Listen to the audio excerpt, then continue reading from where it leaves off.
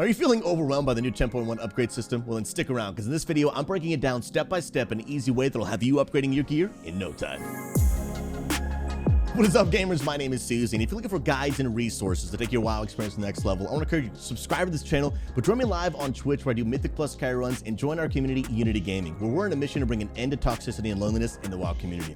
We've got raid teams ranging from normal to mythic, Mythic Plus nights, community events, and more. So if you're tired of toxicity and playing WoW alone, click the links in my bio, get connected today. All right, friends, I'm going to do my best to break down this new 10.1 upgrade system in a super easy way. To break this down, we're going to use 3 different categories.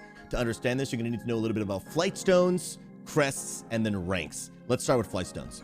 Flightstones essentially are going to be the new Valor. Now, if you remember from Season 1, Valor is what you use to upgrade Mythic Plus gear, and it was farmed by doing Mythic Plus. If I go over here to the item upgrader, you're going to be able to see, just like where Valor was, when you put an item in, one of the resources you use is flightstones. Now, let me break down the difference between flightstones and Valor and how they're attained. So Valor, like I said, was only attained by doing Mythic Plus and could only be used to upgrade Mythic Plus gear. Now, the difference in 10.1 Season 2 is that you can upgrade not just Mythic Plus gear, but you can upgrade almost anything that was attained during Season 2. So that would be Mythic Plus gear, raid gear, you can upgrade crafted gear, you can upgrade gear that you got from rares, lots of different things. Another difference between Valor and Flightstones is Valor had what's called a hard cap.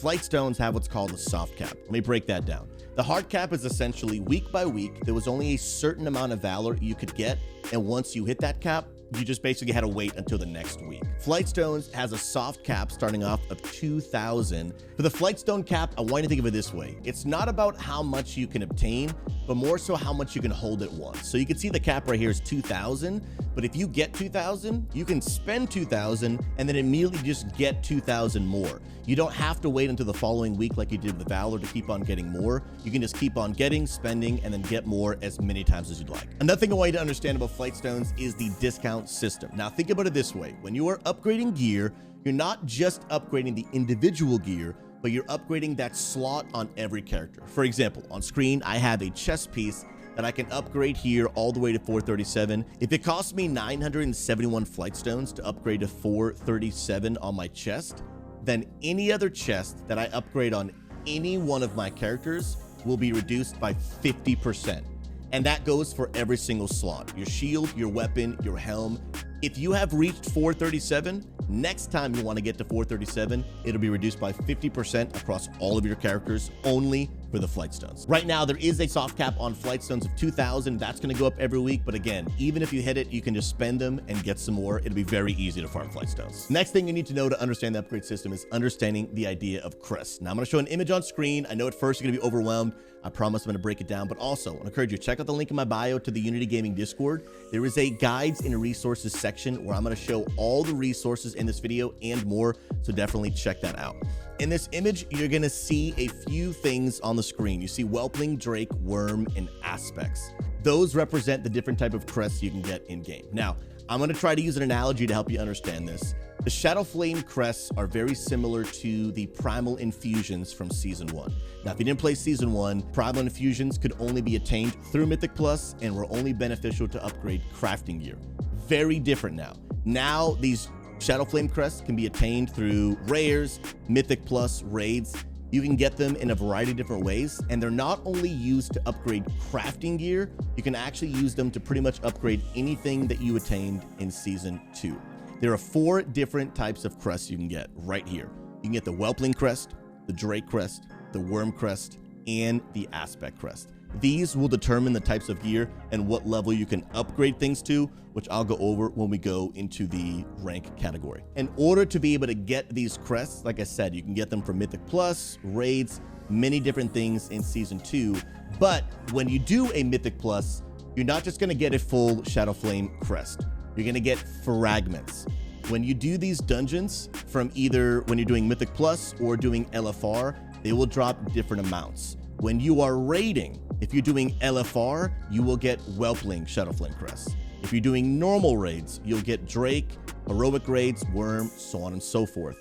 Now, the early bosses in the raid will drop 10 Shadowflame fragments. The end bosses will drop 15.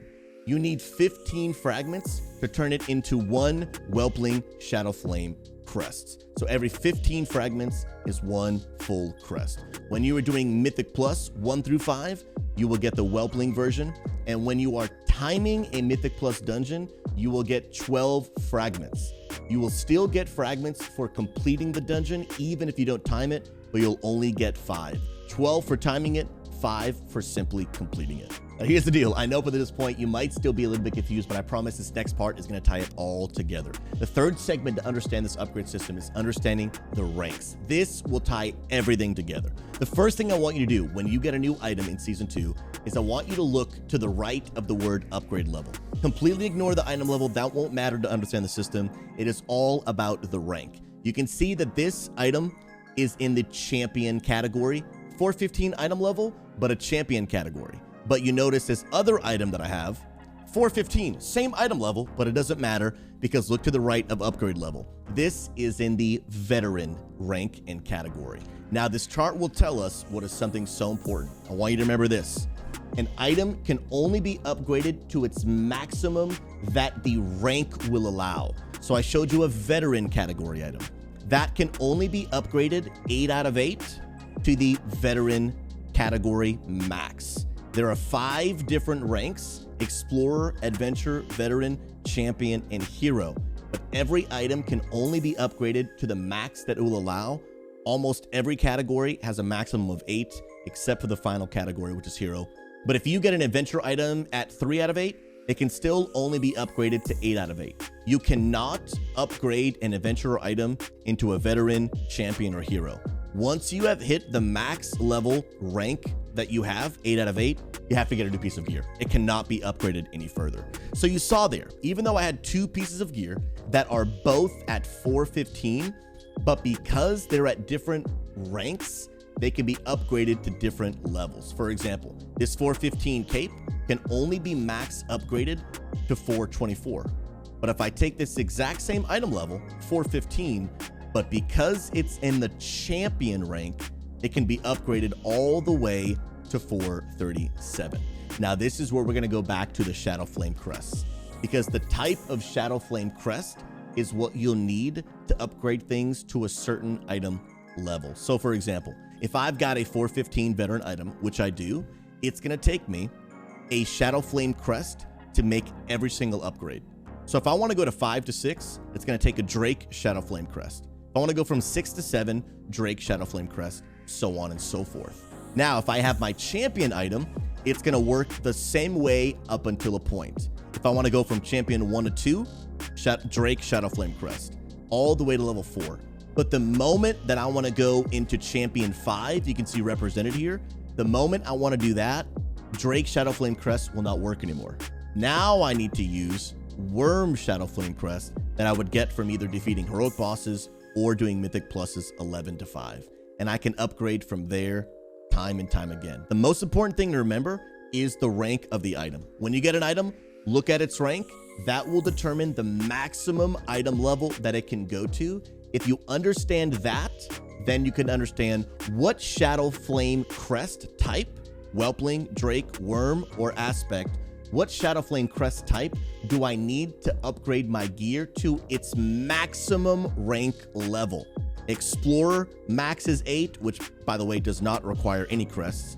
Veteran max is 8, requiring Drake Shadowflame Crests. Worm Shadowflame Crests are used for champion. It's going to be a lot to remember. That's again why these images and links are all going to be in my Discord. So I want to encourage you, click down below, get into the Discord, get the resources. This will make so much more sense if you can look at this at all times. Well, friends, hope you're now able to understand the new 10.1 upgrade system a little bit better. And hey, if you got value out of this video, be sure to subscribe to this channel, but also join us live on twitch.tv/SuzzyLive, where I hang out with the community, do Mythic Plus runs. People literally are watching right now, watching me record this video live on stream. And I want to encourage you also in the description below, join our Discord, Unity Gaming, where we want to give you a positive experience, be able to play WoW without the toxicity. I want to say thank you to everyone that supports this channel, watching on Twitch, YouTube, and also my subscribers on Patreon. You guys are enabling us to continue to make a positive impact in the gaming community. I appreciate you. We'll see you guys in the next one.